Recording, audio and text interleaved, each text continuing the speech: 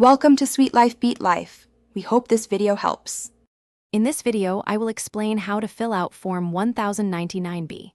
First, gather all necessary documents like your brokerage statements and any other transaction records. This form is crucial for reporting the proceeds from sales of stocks, bonds, and other securities, as well as certain barter exchange transactions. Understanding its purpose will simplify your tax preparation process significantly. It helps you accurately calculate your capital gains or losses. Let's break down the key sections of Form 1099-B. Box 1A specifies the trade date of the transaction, while Box 1B shows the acquisition date of the security.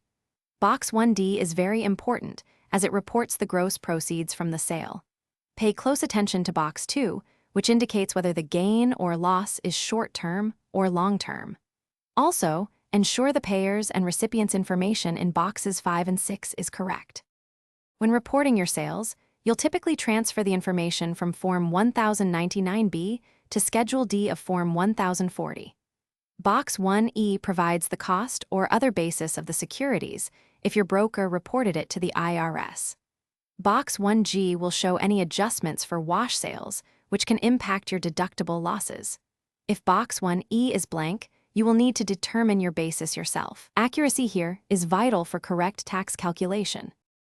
After completing all sections, carefully review every entry on your Form 1099-B, Schedule D, and Form 8949 for accuracy. Any discrepancies could lead to delays or issues with your tax return. Once everything is verified, attach these forms to your Form 1040 and submit your return.